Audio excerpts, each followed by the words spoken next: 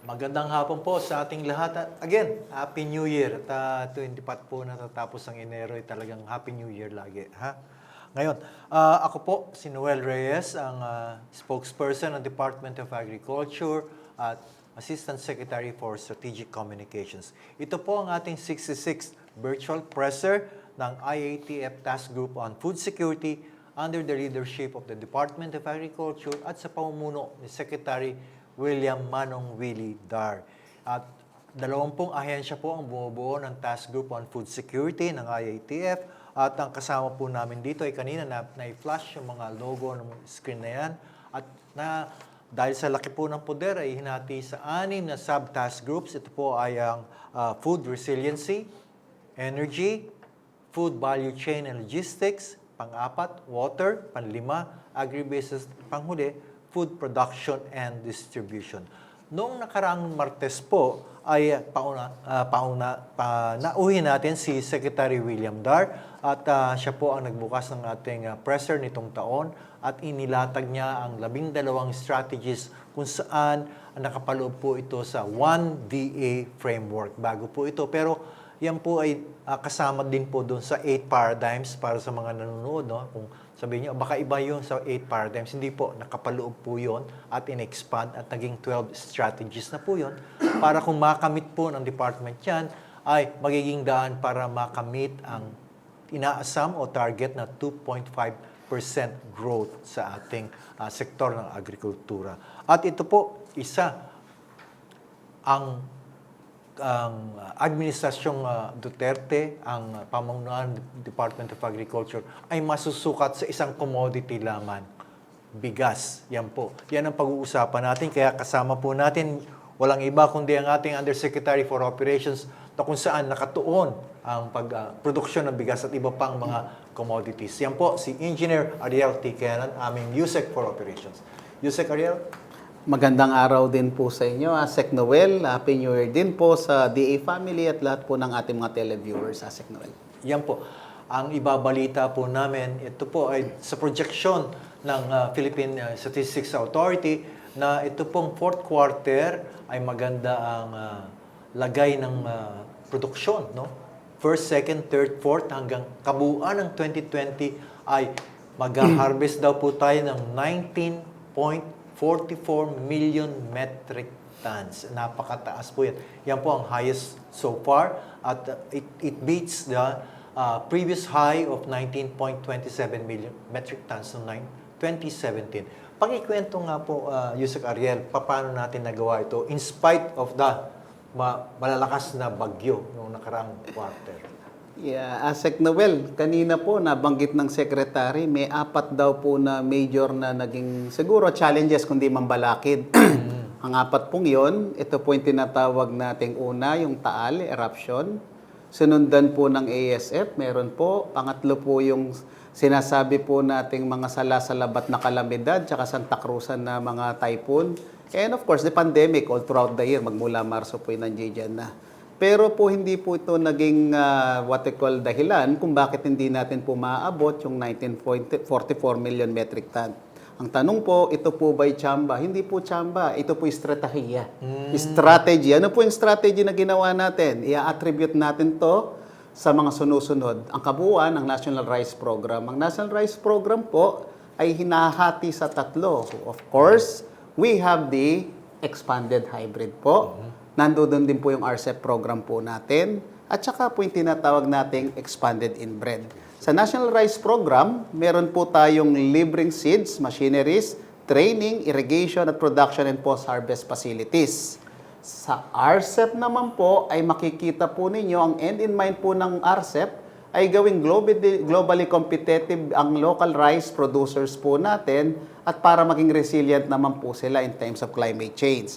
Kanya nga po sa RCEP, meron po tayong libreng seeds, meron po tayong machinery, training and loan component. Okay. At ang pinakahuli po, Sec Noel, na napaka-importante, nung pong mag-request sa IATF ang ating kalihim, nabigyan po tayo ng 8.5 billion. Ito po yung RRP1 natin para sa seeds and fertilizer. Ito po ang bunga ngayon. Dahil dyan sa ayudang yan at tulong na yan, umangat ang ating produksyon despite the 4 typhoons na nagbawas ata ng mahigit 400,000 metric tons. Ako, malaki po yun, Asek Noel. So, Hindi. nasa 21, so may git po. Nasa 20 na sana tayo ngayon, ano ha?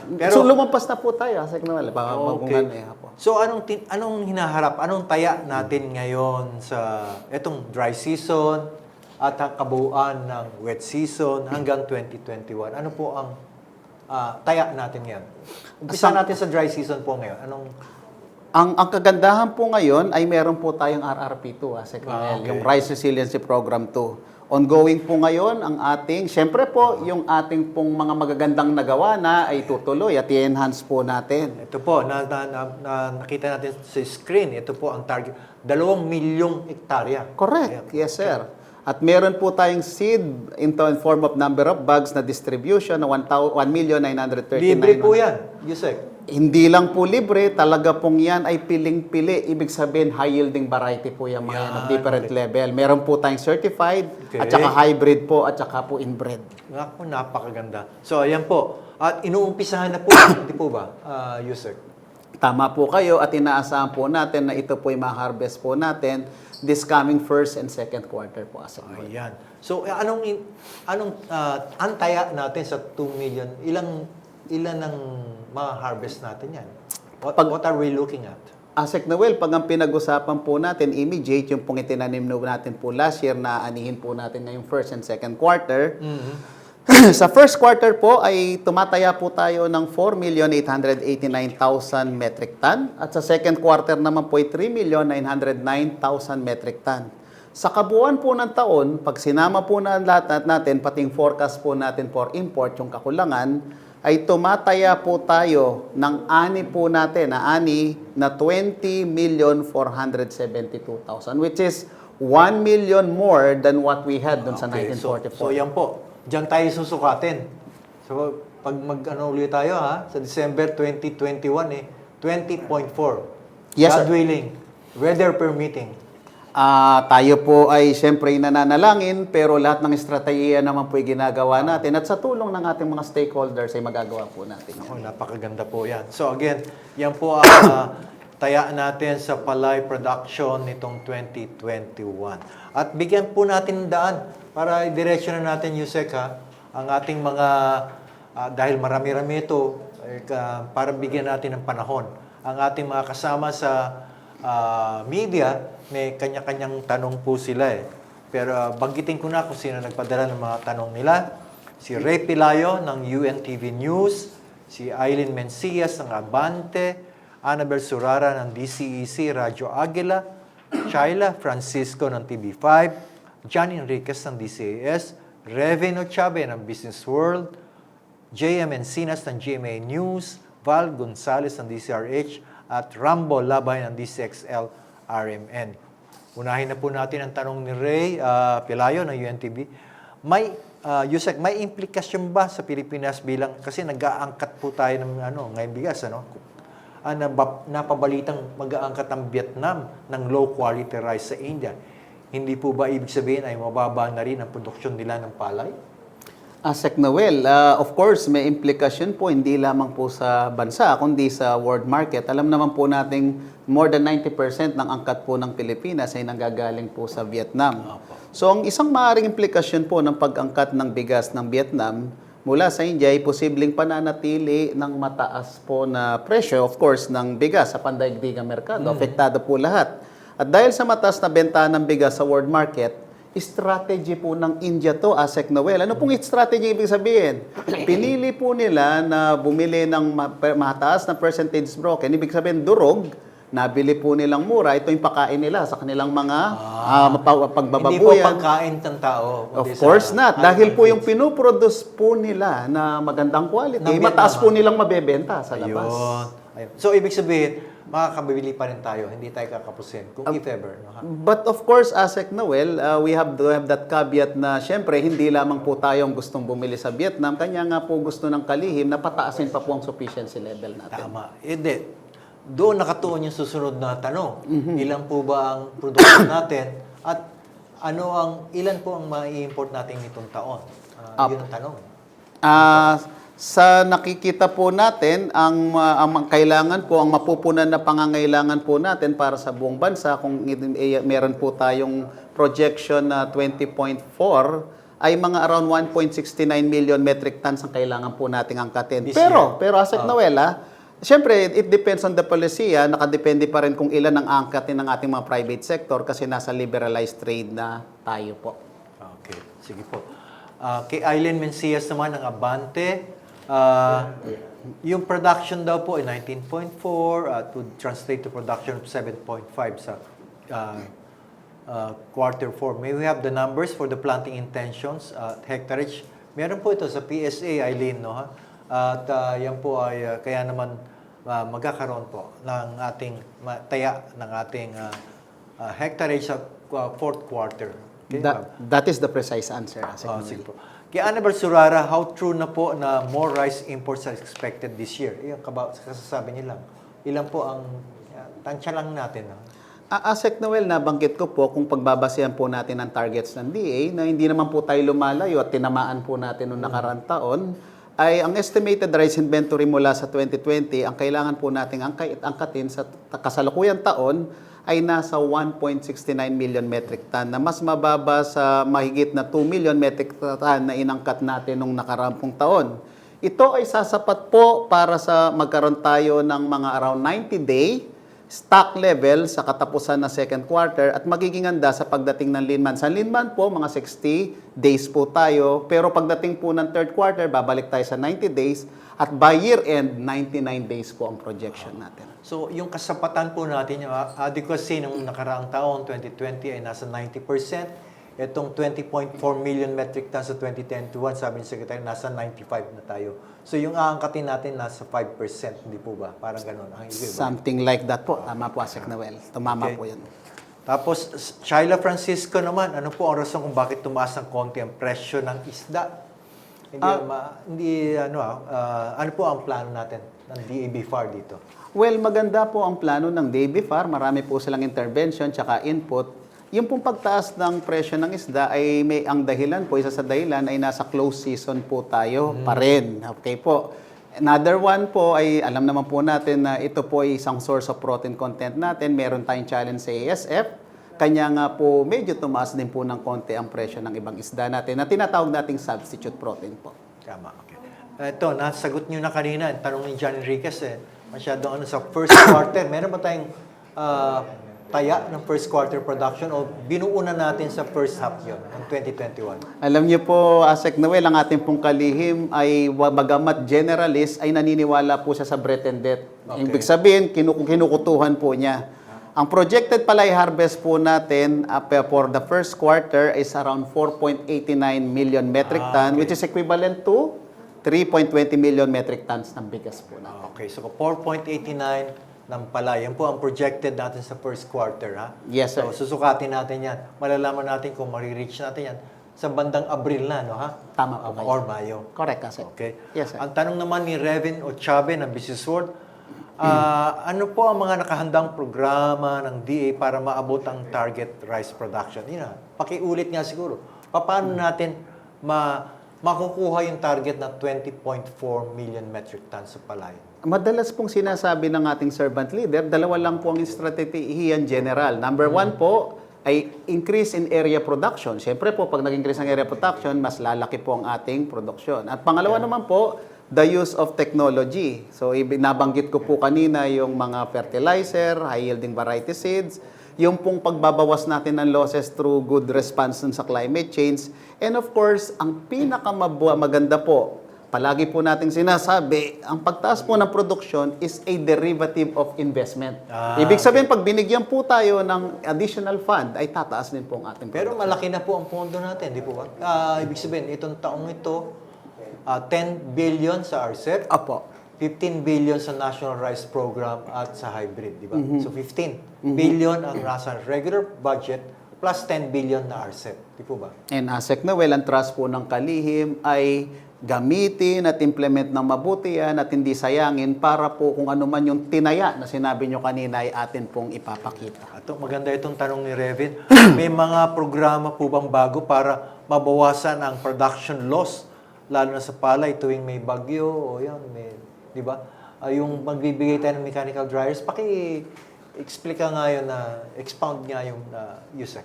Alam niyo po, kanina nabanggit niyo, Asek Noel, hindi po tayo lumalayo dun sa mga firm frameworks natin. Ang ginagawa po ng Kalihim is to strengthen and upscale them. Ang mga sumusunod na estratiya ay para mabawasan production loss ay ang pagtugon nating mabuti kung paano tayo maging resilient at adaptive sa climate change. Ang procurement po ng mga seed reserve para po kapag may nasalanta, procurement ng agri-chemical para sa agarang control ng mga pests and diseases or outbreak, yan po yung nakakabawas din po. Localized information dissemination sa mga forecast para alam nila po yung pre, during, and after response po natin. Paggamit ng mga drone at satellite images para sa mabilis na assessment sa damage, para accurate po yung mga decision natin.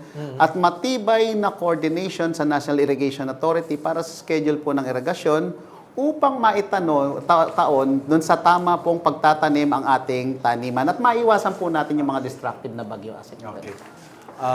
Tanong naman po ni Lilibet Ison ng Philippine News Agency. May mga, ano po ang reaction natin? Meron nagsasabing amiyendahan daw po ang RTL. Hindi pa po, ano sa palagay nyo, Yusek?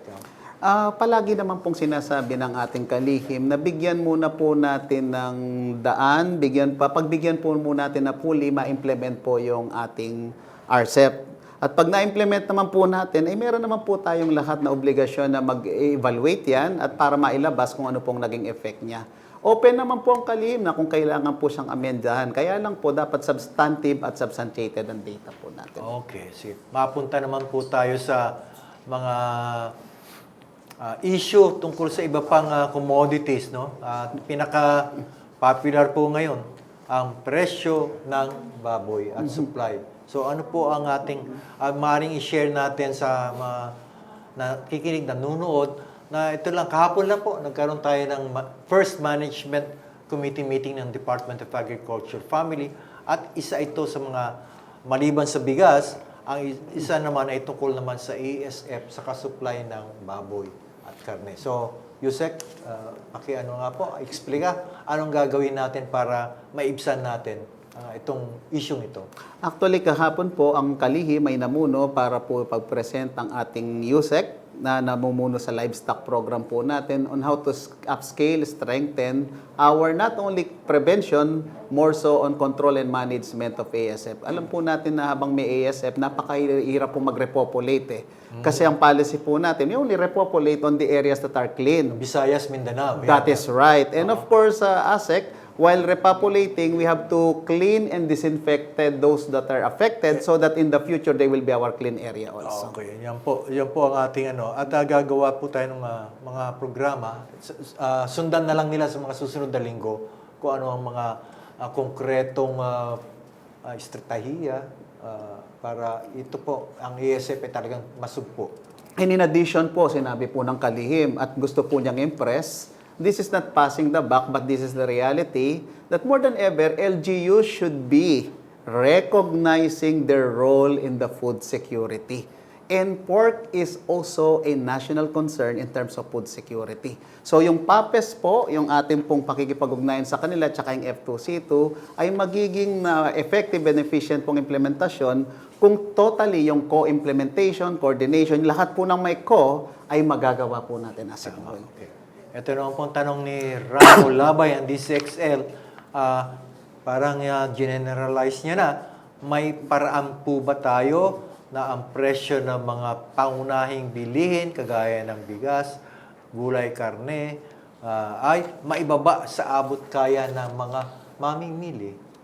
Actually, Asek Noel, tama naman po yun. Yun nga pong ating pong never-ending endeavor ay maging competitive. Kasi just simply putting them down, ay sa bababa mo ng todo, it's not actually good to the producers. Mailagay lang po natin sa tama na kumikita po ang ating mga producer at saka sustainable at saka resilient sila. And the consumers will have them accessible tsaka po available sa kanila. That's already good.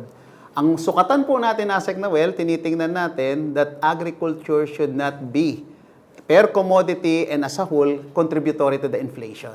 Kasi po ang inflation ang ating primary sukatan po. Okay. So, tingnan naman natin po yung tungkol sa food mobility and logistics. Ano po? na-highlight po ito nung nakaraang taon, noong 2020, na kailangan talagang ayusin natin, iparating na mahusay ang mga produktong agrikultural, sakahan, pangisdaan, at hindi maantala para naman ang presyo at supply ay maibaba dito sa Metro Manila. So, paano po tayo ngayon? Ang gagawin natin ngayon sa ating? Asek Noel, actually, palaging sinasabi ng kalihim that we have 4 overarching objectives under the task force. One is continuous production, wherein we were able to prove that there is food. The second one is accessibility and mobility, and we address it by the different modalities like the Kadiwa and Kita of different modes and system. Kung mapapansin po ninyo, nag-start tayo ng hampered, pero eventually po nagkaroon na po ng open. Tingnan nyo po, total household served nationwide, 2,364,546. Ang farmers and fisher folks beneficiary, 26,939. And doon naman sa cluster and consolidation, cooperatives nationwide, 4,453. Kaya sila po ang makikinabang muli nitong taong ito. Nabibigyan natin ng ayuda, di po ba? Parang bibigyan natin sila ng truck. Correct, Asek Noel. And in fact, even yung foods po, spoilage po, o kaya yung pagkasira po ay in the production area, ay tinutulungan po nating mailagay sa mga trading center. At hindi lang po sa trading center, even those institutional buyer ay naiko-connect po natin diretso, Asek Noel. Okay. At magtatayo po tayo ng pilot na 2 food processing center po. Sa unang-una sa Bambang Nueva Vizcaya, sa NVAT, tinatawag. At doon naman sa La Trinidad, sa BABTC, yung bagong. And Asek Noel, kanina naibida po ng Secretary, the ABC, yung natin, Agribusiness Corridor. We have one in Clark and the other one is in Taguig. Pero palagi pong dinidiin ng Secretary the role of the LGU. In fact, the good practice, Asek Noel, there are some LGUs also already who have a substantive purchase.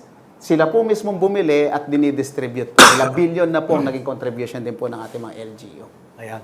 At maganda rin po ito ngayon dahil patuloy pa rin ang ayuda natin sa ating mga small farmers and fishers. At meron na po tayo, maganda na po itong record na ito na ipautang, na ihatid, kagaya nitong Assure Aid program, Yusek. In fact, Asek Noel, ang nakakatawa po, yung recognition ng Secretary, the nexus between hunger and poverty. Sabi nga po niya kanina, hindi po sa walang pagkain, marami po ang walang pambili. Okay, Kanya po because of that, yung pang-apat po nating objective sa task force is amelioration as and when it is needed. Inuna po natin sa mga rice farmers before, noong last year, nagbigay po tayo ng tigpa 5,000, 2 buwan po yun. Ngayon po, non-rice farmers naman po in the form of other commodities. Yan po, gagamitin daw po yan sa mga, pinagkukunan po niyan yung excess na taripa sa RTR. At yan po ay nagdesisyon na ang Pangulo at ang siyempre ang Senado, tapos ang Pangulo, na okay na po yun. 4.5 billion, ayan po, marginalized at di ba?